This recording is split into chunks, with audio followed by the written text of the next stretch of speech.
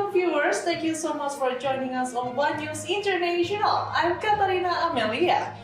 First, Chinese President Xi Jinping, who also served as General Secretary of Communist Party of China, attended a grand welcome ceremony hosted by North Korean leader Kim Jong Un at Kim Il-sung Square in Pyongyang on Monday.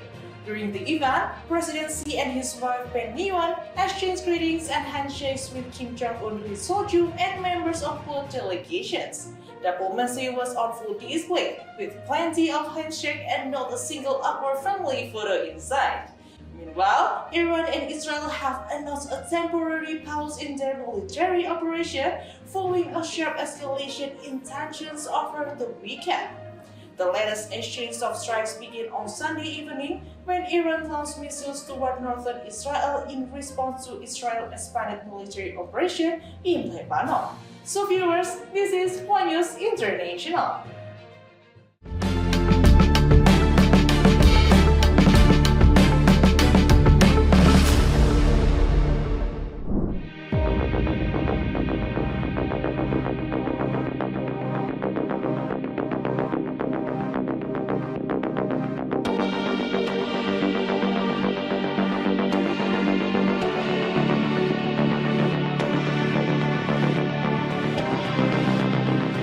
Chinese President Xi Jinping, who is also the General Secretary of the Communist Party of China, took part in a formal welcome ceremony hosted by North Korean leader Kim Jong Un at Kim Il-sung Square in Pyongyang on Monday.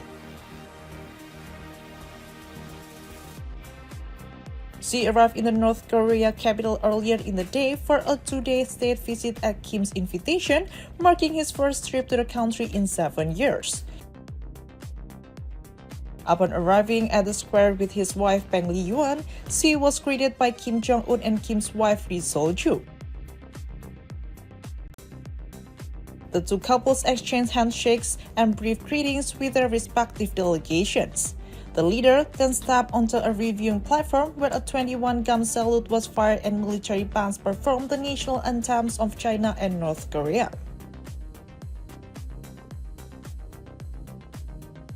Accompanied by Kim, Xi inspected an honor guard representing the Korean People's Army before observing a military parade.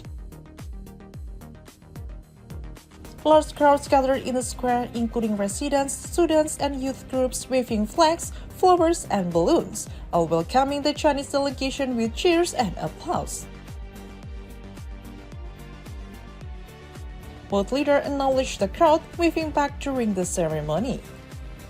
At the conclusion of the event, balloons carrying bilingual welcome messages were released into the sky. Following the ceremony, Xi and Peng were escorted to the Kim Susan State Guest House by Kim and Ri, who accompanied them personally. Along the route from the airport to Kim Il-sung Square and onward to the guest house, crowds lined the streets waving as the motorcade passed through the city.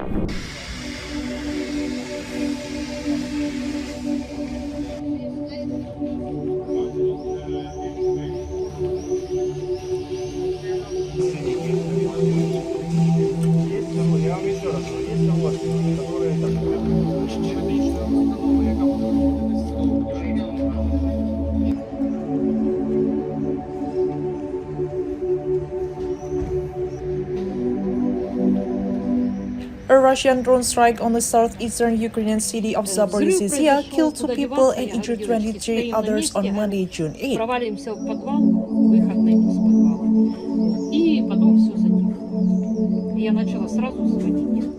According to regional governor Ivan Fedorov.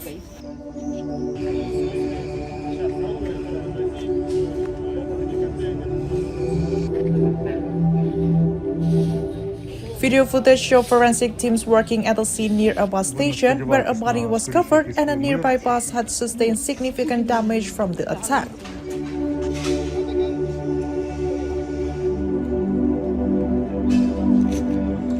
One local resident, 63-year-old Victoria, said she had taken shelter inside a building when the explosion occurred.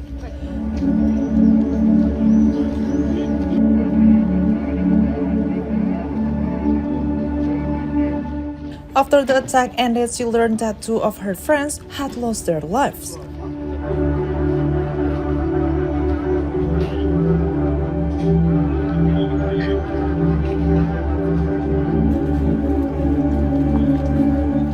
Governor Fedorov said 5 severely required medical treatment, including victims ranging in age from 17 to 79 years old.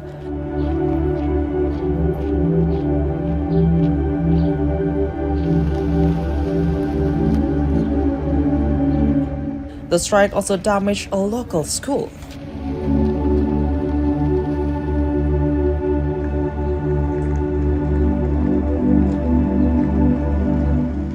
Lyceum principal Zana Finisenko said a guided bomb landed close to the educational facility, causing damage to the building.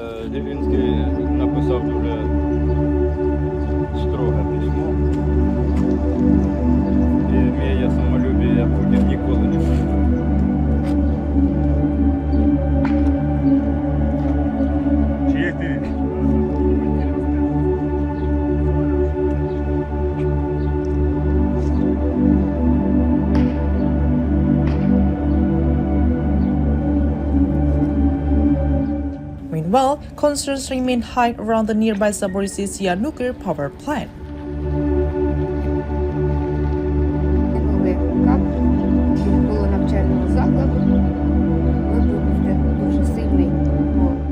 On Friday, the head of the International Atomic Energy Agency urged both sides to exercise maximum restraint and fully respect a localized ceasefire established around the facility.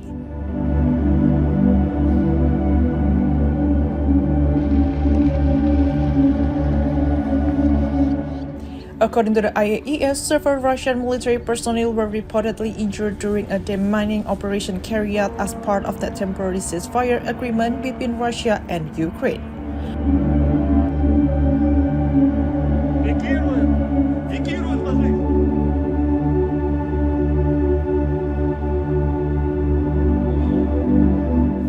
Earlier that day, the agency announced that the localized ceasefire had taken effect along the front line near the nuclear plant.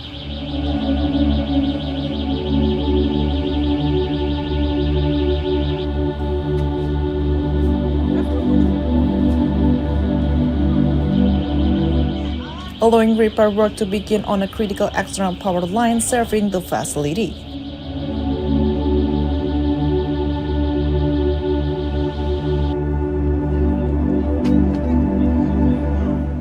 IAEA Director General Rafael Grossi said restoring the plant's offsite power supply will be a significant step toward improving nuclear safety and security.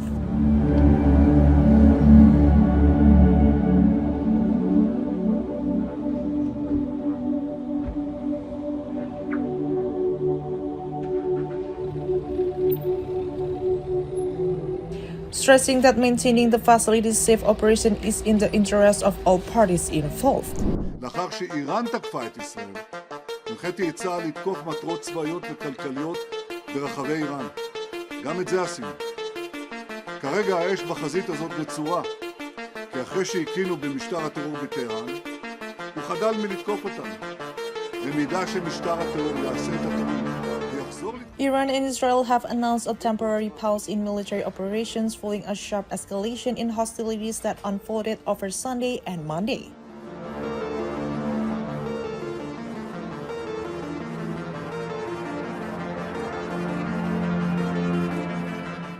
The latest cycle of strikes began on Sunday evening when Iran fired missiles toward northern Israel in response to Israel's expanded military activity in Lebanon.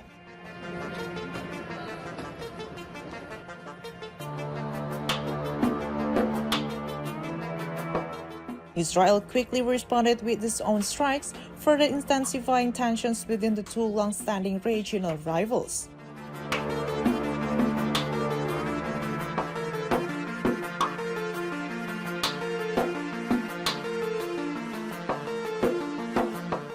On Monday, the Israel Defense Forces released video footage showing earlier airstrikes targeting air defense systems in western and central Iran.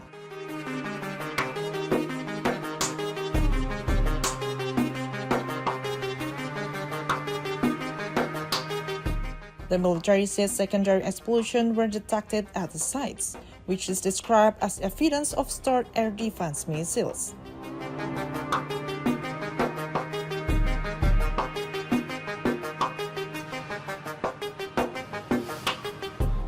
The IDF added that destroying this system will strengthen Israel's control of the skies over Iran and reduce potential threats to its forces.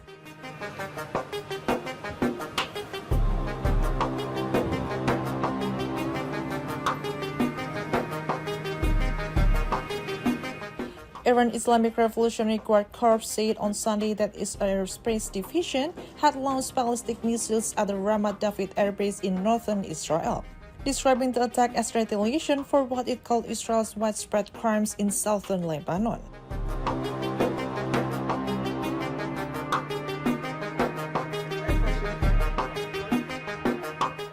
On Monday, the IRGC continued its operation, striking additional targets including the Nevatim and Tel Nov air bases, as well as industrial facilities inside Israel.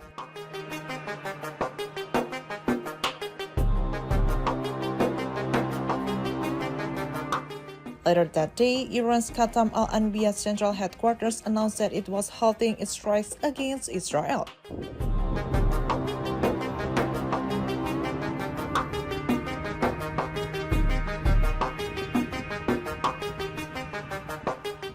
The statement said Iran had delivered a painful response to Israeli actions in Lebanon and warned Israel to learn a lesson.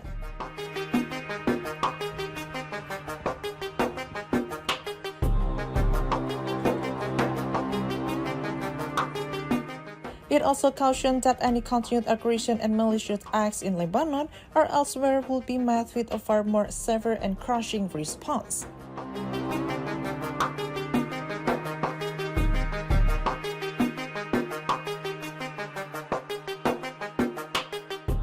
At the same time, Israeli media outlet Kasset 12, citing a senior official, reported that Israel had suspended its strikes on Iran following a request from U.S. President Donald Trump.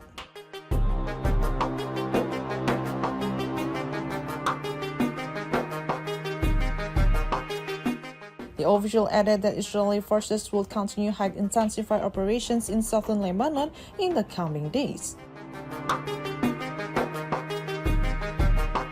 לאחר שאיראן תקפה את ישראל, הנחיתי את צה"ל לתקוף מטרות צבאיות וכלכליות. It also warned that if Hezbollah attacks persist, Israel could expand strikes to Beirut's southern Dahia district. אחרי שהקינו במשטר הטרור בטהרן, הוא חדל מלתקוף אותם. במידה שמשטר הטרור יעשה את הטעות ויחזור לתקוף אותם, נגיב בעוצמה. Meanwhile, Israeli Prime Minister Benjamin Netanyahu said on Monday that operations against Iran were currently on hold, but stressed that Israel will respond strongly if Iran resumes attacks.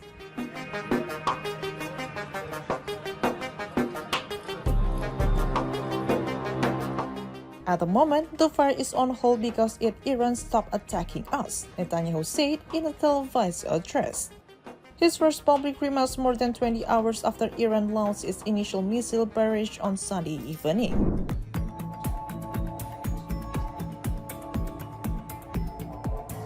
Quiero indicar que junto a las Fuerzas Armadas, nuestra Policía Nacional y los ministros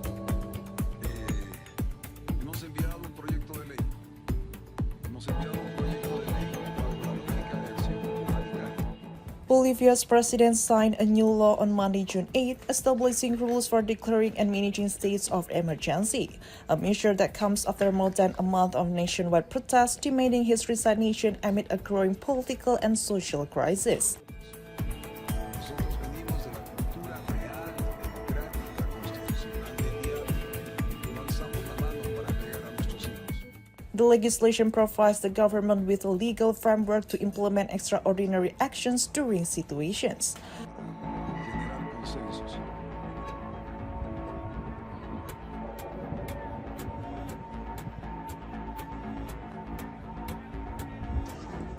Such as internal conflicts, natural disaster, or threats to national security. However, the law itself does not automatically place the country under a state of emergency. Nosotros los artesanos productores de la ciudad del Alto nos hemos perjudicado. ¡El Alto también! ¡El Alto también! De provincias, a los transportistas, a los gremiales, a todo el pueblo movilizado. The measure cleared its final legislative hurdle after being approved by the lower house of Congress in the early hours of Sunday, June 7. following earlier approval by the Senate.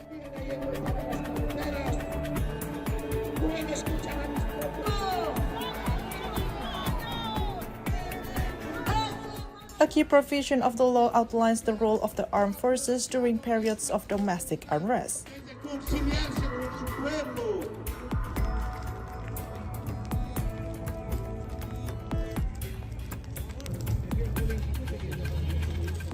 Under the new rules, the military may assist police forces when security challenges exceed their capacity.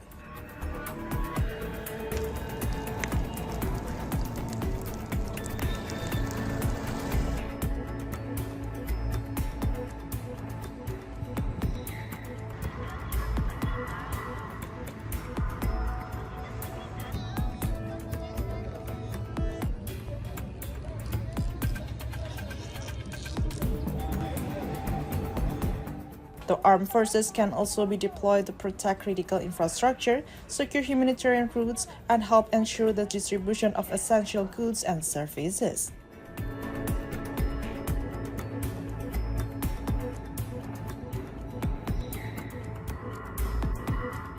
Bolivia has been grappling with weeks of protests and road blockades organized by labor groups and supporters of former leftist President Evo Morales.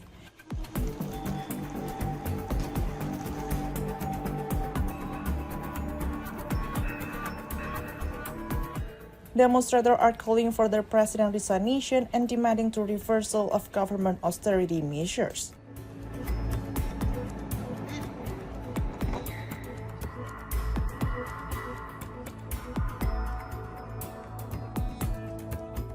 The ongoing unrest has disrupted supply chains and contributed to shortages of food, fuel, and medical supplies, particularly in the cities of La Paz and El Alto, home to roughly 2 million residents.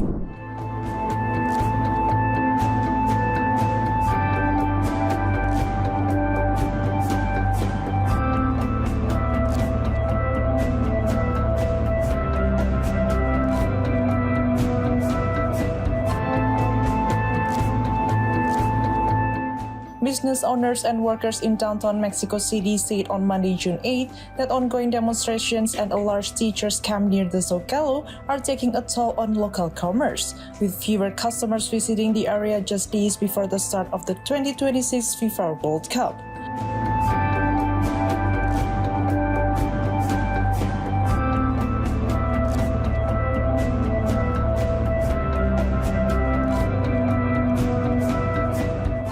Access to the historic city center has been disrupted by metal security barriers surrounding the main square, as well as roads closure linked to protests by members of the CNTE Teachers Union and other activist groups.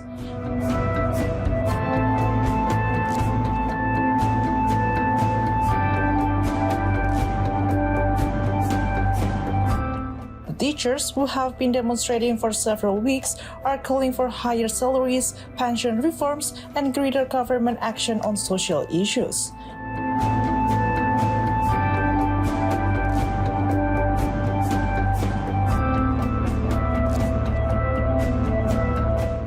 A large CNT encampment remains in place near the Zocalo, close to where officials are preparing a FIFA Fan Fest zone ahead of the tournament opening match on Thursday, June 11.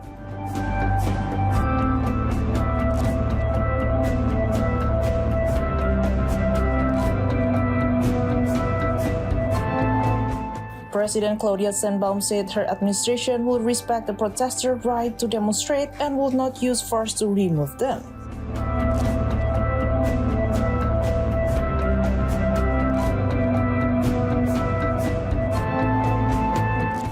At the same time, she assured the public that World Cup-related events will move forward safely and without major disruptions.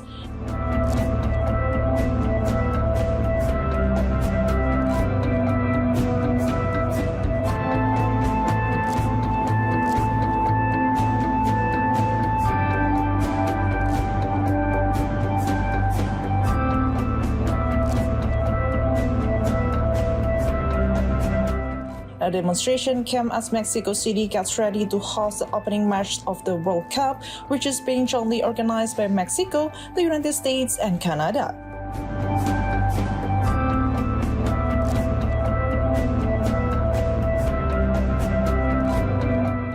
Meanwhile, Iran's national football team arrived in Tijuana early Sunday, June 7, as preparations continue for its 3 World Cup matches in the United States.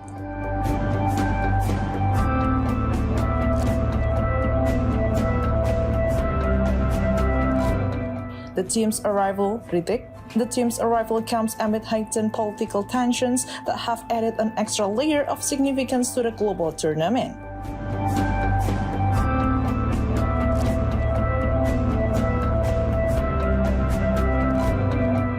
The Iranian equate landed shortly after 5 a.m. local time following an overnight flight from Turkey, where the players had spent the previous 3 weeks in training camp.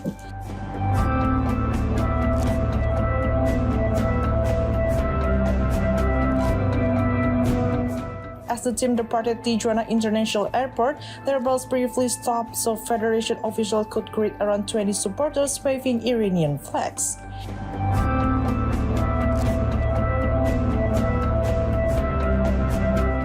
Military personnel and police officers escorted the delegation from the airport to the Marriott Hotel, which will serve as the team's headquarters during its stay.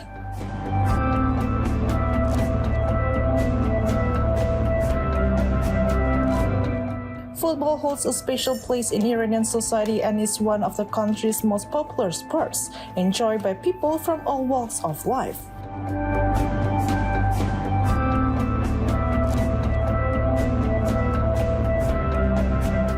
However, the national team's World Cup journey has been overshadowed by political challenges, including tensions at home, the ongoing conflict with the United States, and uncertainty over whether the squad would ultimately be able to enter U.S. territory to compete in the tournament.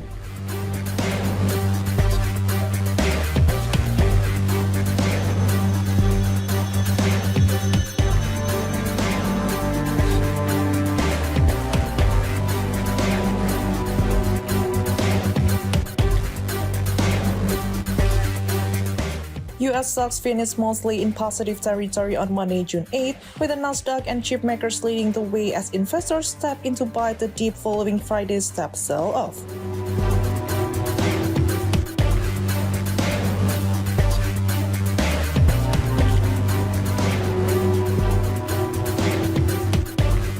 Sentiment also improved after reports that Iran and Israel had agreed to pause attacks against each other.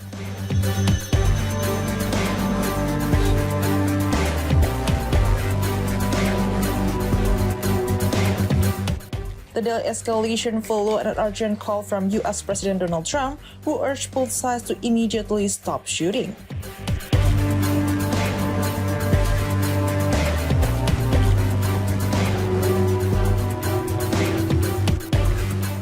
The past 24 hours of fighting marked the most direct exchange between Iran and Israel since the ceasefire in April.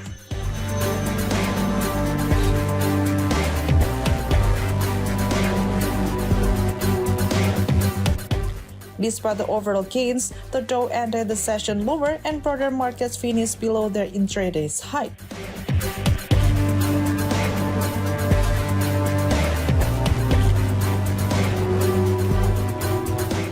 Apple's shares also slipped late in the day, even after the company announced a set of new AI-powered upgrades to its Siri assistant.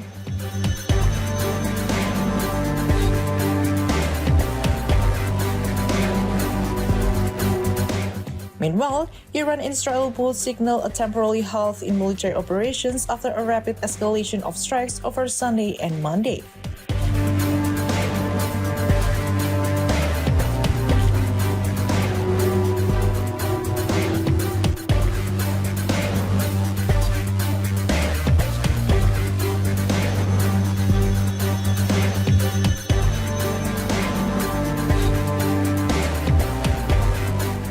The latest flare-up began Sunday evening when Iran launched missiles toward northern Israel in response to Israel's expanded military actions in Lebanon.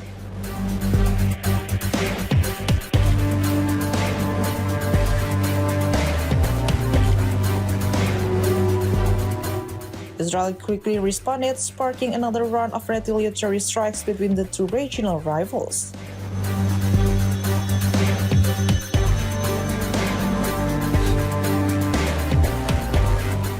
The Israel Defense Forces released footage on Monday showing earlier airstrike on air defense systems in western and central Iran. So a secondary explosion indicated the presence of missile infrastructure at the sites.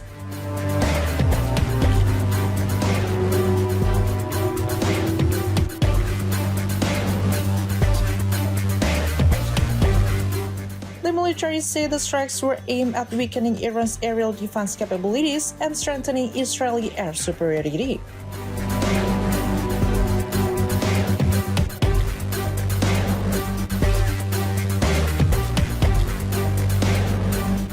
On its side, Iran's Islamic Revolutionary Guard Corps said it fired ballistic missiles at Israel Ramat David Air Base in response to what it called Israeli widespread crimes in southern Lebanon.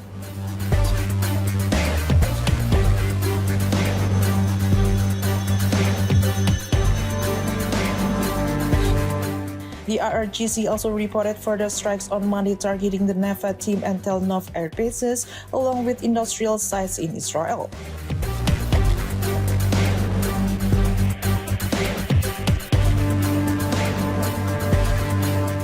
Later in the day, Iran's Khatam al-Anbiya central headquarters announced a halt to its operations against Israel, signaling a possible pause in the latest round of hostilities. That's all for today, viewers. Thank you so much for spending part of your day with us here at OneNews International. I'm Katarina Amelia. Thank you so much for watching and for staying informed. We'll be back tomorrow at 5:30 p.m. with more stories, developments, and headlines from around the world. See you tomorrow only on the tvOnenews.com YouTube channel. Bye!